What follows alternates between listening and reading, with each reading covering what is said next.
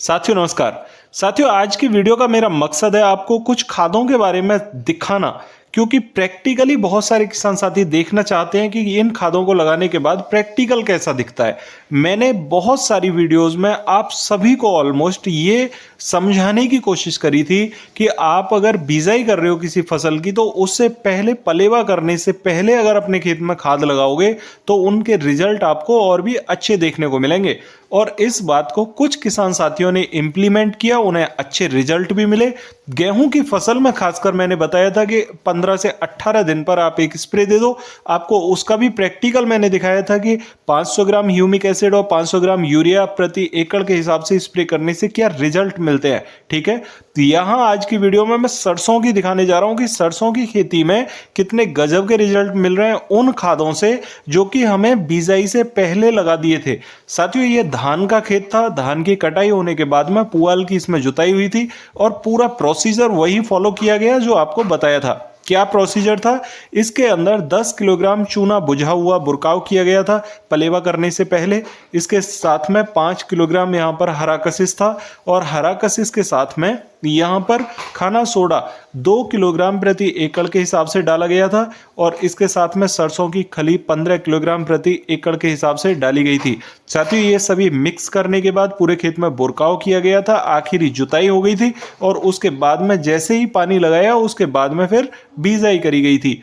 अगर मैं बिजाई की बात करूं तो नॉर्मली यहाँ पर हम एसएसपी से बिजाई करते हैं। एसएसपी यहाँ पर डाला था 25 से 30 किलोग्राम प्रति एकड़ के हिसाब से और उतना ही एसएसपी डालने के साथ में यूरिया डाल दिया था लगभग 35 किलोग्राम प्रति एकड़ के हिसाब से। पोटास इसमें नहीं लगाया गया था, इसमें चूल्हे की राख का इस्तेमाल किया गया है। साथियों बहुत सारे किसान साथी कहते थे कि यार राख से क्या होगा या चूना लगाने से क्या होगा। देखिए बहुत सारे ऐसे पोषक तत्व हैं जो आप मार्केट से परचेज कर आप खूब अच्छे से जानते हो। जो हरा कसिस है जो हमें परचून की दुकान से सस्ता मिल जाता है वही हमें औने पौने रेट में दूसरे दुकानदारों से खरीदना पड़ता है। आप खूब अच्छे से जानते हो बोरॉन हम जो दुकानदारों से परचेज करते हैं वो हमें अपनी दुकानों पर परचून की दुकानों पर 50 से 60 रुपए किलो मिल जाता है। तो इतने सस्ते खाद हैं ये सभी, अगर हम मार्केट से लेकर लगा देते हैं तो कितने गजब के रिजल्ट मिलते हैं। सरसों की खली कितना जबरदस्त बूस्टर है, इसमें कोई दो राय नहीं है। बहुत सारे किसान साथियों को सजेस्ट किया गया है सरसों की खली को अगर हम मिट्टी के अंदर बिजाई कर देते हैं तो ये मिट्टी के जो दूसरे अपने पोषक तत्व जो खल के अंदर होते हैं वो मिट्टी के अंदर फैलते रहते हैं और वो मिट्टी को उपजाऊ बनाते रहते हैं। ये काम सरसों की खली बहुत जबरदस्त करती है। इसके अंदर अगर देखा जाए तो एनपीके के सारे गुण पाए जाते हैं। बहुत सारे किसान साथी कहते हैं सरसों की खली लगाने से क्या होगा। आप एक बार अपनी फसल में बिजाई करके तो देखो सरसों की खली की, फिर अगर रिजल्ट ना आए तब कहना। साथियों यहाँ पर बहुत सारे किसान साथी देख पा रहे होंगे पत्तियां किस टाइप से यहाँ पर फैल रही हैं, पौधा किस टाइप से ग्रोथ कर रहा है, तना किस हद तक बढ़ रहा है। आपने देखा होगा बहुत सारे खेतों में तना सीधा सीधा बढ़ने लगता है, फुटाव लेता ही नहीं है।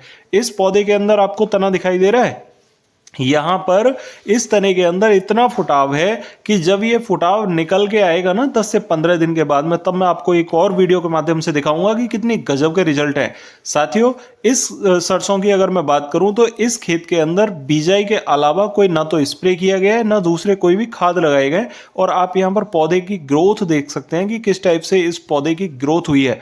साथियों यहां पर चूना इतना जबरदस्त रिजल्ट लेके आया है। बहुत सारे खेतों में चूना ना लगने की वजह से दीमक आती है बहुत बड़े स्केल पर, क्योंकि धान की फसल में जब पुआल की जुताई हम कर देते हैं तो वो पुआल दीमक अट्रैक्ट करती है और दीमक रहती है खेत के अंदर। इस खेत में बिल्कुल भी रत्ती भर कहीं दीमक नहीं है। ठीक है, जहां पर हमने फेरस सल्फेट यानी हरा कसिस लगाया था क्योंकि हमारी मिट्टियों में फेरस सल्फेट की कमी है काफी हद तक लोह पोषक तत्वों की। अगर लोह पोषक तत्व हम दे देंगे तो अच्छे रिजल्ट हमें स्वतः ही मिलेंगे।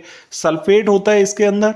अगर हम दूसरे पोषक तत्वों की बात करें तो यहाँ पर हम जिंक सल्फेट लगाते हैं, कितने गजब के रिजल्ट मिलते हैं। सरसों की खली के अंदर भी सल्फर के पोषक तत्व पाए जाते हैं, उससे भी हमें सल्फर मिलता है। हमारे पौधे के अंदर जो तने में सल्फर की मात्रा होती है उसकी तने के अंदर जो सल्फर की जरूरत होती है वो हमारी मिट्टी से उसे भरपूर मात्रा में मिल जाता है और पौधा इस टाइप से ग्रोथ करता है। यहाँ पर बहुत सारे किसान साथी पूछ रहे होंगे कि अब इस फसल में आप क्या लगाने वाले हो। तो देखिए अभी जो अपना प्लान है वो ये है कि इसमें 500 ग्राम यूरिया खाद के साथ 500 ग्राम ह्यूमिक एसिड और इसके साथ में 500 ग्राम कार्बेंडाजिम 12% और मैनकोजेब 63% का एक स्प्रे देना है। उसके पीछे कारण क्या है कि जब हम पानी लगाते हैं तो पानी लगाने से पहले अगर हम एक स्प्रे फंगीसाइड का दे देंगे तो इससे हमें अच्छे रिजल्ट देखने को मिलेंगे। उसके पीछे कारण क्या है कि कई सारे खेतों में हमारे पौधे में पानी लगते ही उकटा देखने को मिल रहा है। तो ये उकटा वाली जो फंगस है,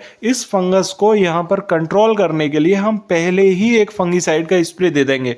इससे हमारे खेत में एक तो फंगस नहीं बढ़ेगी, दूसरा अगर फंगस आने के चांसेस होंगे तो वो नहीं आएगी, और अगर आती भी है तो उस हद तक हमारे पौधे को फंगस इफेक्ट नहीं डाल पाएगी जिस हद तक कि वो दूसरे खेतों में इफेक्ट डाल रही है। ठीक है, तो यहाँ पर एक स्प्रे हम दे देंगे इसका अभी से। दूसरा, हमने डीएपी इस खेत के में नहीं लगाई है, एसएसपी लगाई है। तो अपना वही फॉर्मुलेशन रहेगा सीधे कि 4 kilogram DAP plus 6 kilogram urea का कॉम्बिनेशन। डीएपी को हम 4 किलोग्राम से बढ़ा के 6 किलोग्राम भी कर लेंगे, कोई दिक्कत इसमें नहीं है। मैंने घोल भी बना दिया है 6 kilogram DAP plus 6 kilogram urea. ठीक है, इन दोनों साल्टों को एक जगह घोल बना के ये सिर्फ पानी के साथ में चलाया जाएगा।